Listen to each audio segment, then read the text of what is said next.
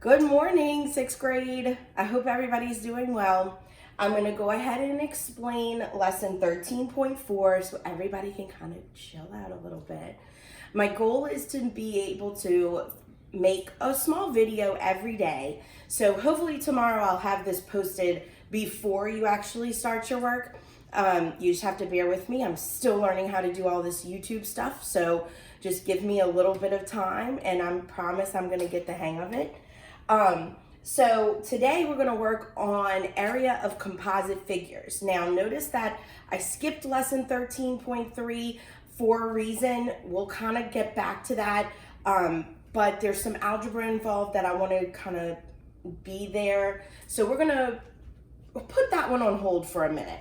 And we're going to talk about area of composite figures. Now, what I have on the board right now is from page 391. So page 391 in your textbook, and I'm at the top. It's number 3. Sorry, it's really small. So anytime that you have area of composite figures, what it is it's smaller shapes that are pressed into one larger shape. What you want to do here is identify two different shapes inside of this one shape, and we can break that up. So what I'm going to do here with a different color is I'm going to put a line right there. Now I can see that I have two rectangles. Now I need to remember the area formulas for my rectangle. So go back to your notes that you had with your area formulas. And I know that the area of a rectangle is length times width. That's an L, not a 1. So the area of my rectangle is length times width. So if I'm looking at this rectangle right here, and I'm going to outline it in blue. If I'm looking at this rectangle, then I can look and see that I have the width of 4 and the length of 8. Now, notice that I'm not worried about what these are over here. I need full lengths, full widths. So I can write area equals 4 times 8. Here it is. Area equals 4 times 8, which is 32 meters squared. Now, that's just the area of this particular rectangle. Now, I'm going to change colors. Now I need to find the area of this rectangle. So now here, and I'm going to do this one in pink, I have a rectangle here. So in this one, I have the length of 6, but I don't know what this length is right here. I've got to figure that out.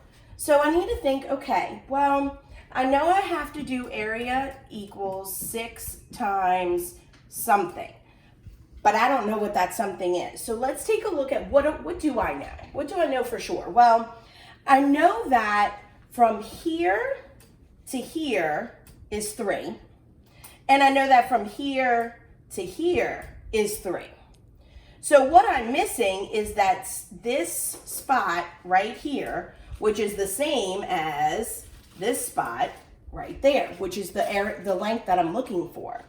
Now, what do I notice? Well, I know that from here to here is 8. So this full thing is 8. Well, if this side is 8, then this whole thing must also be 8. So if I have 3 here and 3 here, I know that 3 plus 3 is 6. So from here to here and here to here, we have a total of 6, which leaves me this one little space. So 8 minus 6 is 2. So the part that I didn't know is 2. Because 3 plus 2 is 5, and 5 plus 3 is 8. So now that I know this smaller spot right here, I can go ahead and do my area like I know how to do. So area equals 6 times 2, which is 12. So now I have the area of the pink rectangle as 12 meters squared. Well, am I finished? No, because I don't have the total area. So now I need to take my 32 meters squared plus my 12 meters squared, add them together to get the total of my composite shape. So I'm going to do 32 plus 12. Sorry, I'm putting my back to you. And I get my area is 44 meters squared. And that's my answer. So notice how I had to take the pieces and parts of the shapes that I knew in order to figure out those missing spots. I'm going to do the same thing with this next number. So I'm going to move on to number 4, same page, okay? Now for this one, I look at this and I might at first look at it and think, okay, maybe I see like a square and a triangle, but it's not really a triangle because if I go ahead and draw my line down to finish that square, not a triangle. So this is actually a trapezoid. So if you remember, we did trapezoids on the exam just last week. Can you believe that exam was just last week? I can't. So let me get a different color. All right. So now what I have here, lots of 18s and multiples of it. So I know that this is a square. So this is 18, this is 18. Well, it must also mean that from here to here is also 18 because I know that squares have all equal size. So this is 18. So if from here to here is 18, but from here to here is 9, then the missing spot right here would be 9 because 9 plus 9 is 18. So now I have my 18 at the top, 18 down the side, 18 across the bottom, and 18 on this side. So now you can tell that we have a square. So I'm going to go ahead and do the area of a square because that one's a little bit easier to do. So I know that, again, the area of the square is length times width. So that's going to be 18 times 18. Well, that's a big one, huh? So let's go ahead and do 18 times 18. And you can always do it on the side. 8 times 8 is 64. 8 times 1 is 8. 8 plus 6 is 14. Put your 0. 1 times 8 is 8. 1 times 1 is 1. Add them together. And I get 324. So the area of my square is 324 inches squared. But remember, not done yet because I still have to do the trapezoid. So I'm going to change my color again. Let's see, let's do green for St. Patrick's Day. Hopefully y'all can see this one. Let's see. All right, now the area of a trapezoid was a little bit more complex, don't forget. So I'm going to write that area down. So the area of a trapezoid is 1/2 the height, base 1 plus base 2. Oops, that's kind of, can you see that? Okay. So, oh, thanks, Kaylin. Oh, you're welcome. You're welcome. All right. Hi. Okay. All right, so here's my better green marker, thanks to my assistant. All right, so now I need to identify my height and my 2 bases. Now remember, when I talked to you about those trapezoids, we talked about the height needing to be perpendicular to the base, which means that it has to have a right angle. So if my trapezoid here, I'm going to draw it separately.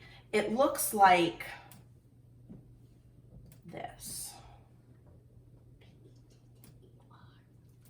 What's going to be my height? Well, believe it or not, I'm going to have to take this trapezoid and kind of turn it in order for me to see the height, because the height is actually going to be this one right here, because it has to be perpendicular to the base. So that means that in this trapezoid here, I need to find the length from here to here. Now, again, I've got to think about, what do I already know? I know that my length from this total thing is 36, but I also know that from here to here is 18. So if this much takes up 18 inches, well, what's left for over here? Another 18, because 18 plus 18 is 36. So I know that my height now is 18. So let's go ahead and plug that into our equation. I'm gonna write it a little bit over here. So area equals 1/2 my height, which is 18, times, now what about that base 1 and base 2? Well, I already identified this as being another 9 inches, so I'm gonna have that as my base 1.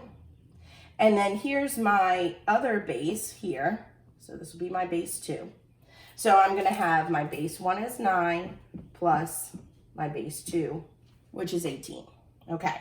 So now I'm gonna go ahead and do order of operations, which tells me that I need to do my parentheses first. So I'm gonna have A, which is area, equals 1/2 times 18 times, and 9 plus 18 is 27. So now half of 18 is 9 times 27. Another big multiplication problem. So I'm gonna go to the side. I'll do it up here. It's really, really small. 27 times 9, 6, 18 plus 6 is 24. So 243 inches squared. And that's the area of the trapezoid. So are we finished? Nope, not yet. Because we have to put them together. Remember, we had the area of the square, we have the area of the trapezoid, we have to combine them. So, let me make some room here. This is slightly different than doing it on the smartboard. So I have my original 324 plus the 243. So the 324, remember, was the area of the square, and the 243 is the area of your trapezoid. So when I put them together, I get 567. So my answer to this one is 567 inches squared. And that's how you do the area of composite shapes. Now, that's only 2 problems. You can absolutely take a look at page 390, and that's going to take you through step by step of a couple other area of polygons. Polygon is just your regular shape. It's just another word for a composite figure. And then example 2 on page 391 underneath what I just told you, that'll help. Then you can work on page 392 if you want some problems. I know I posted some IXL that I want you to work on as well. So just take a look at my website and it'll tell you exactly which pages you need to do. And I'll be on Google Classroom, the stream, just checking for questions and things like that. And I will be posting answers to problems and then talking about any questions that you have tomorrow, okay? So I promise you're gonna get this. We'll go over some more stuff. I hope that this helped. Kaylin wants to say hi. Hi. So let's hope that everything's going good. I miss y'all and happy St. Patrick's Day. And make sure you give it a huge thumbs up. Kaylin wants you to give me a huge thumbs up. I'm officially a YouTuber. Yeah, Don't make fun of me. And she's famous. Bye, y'all.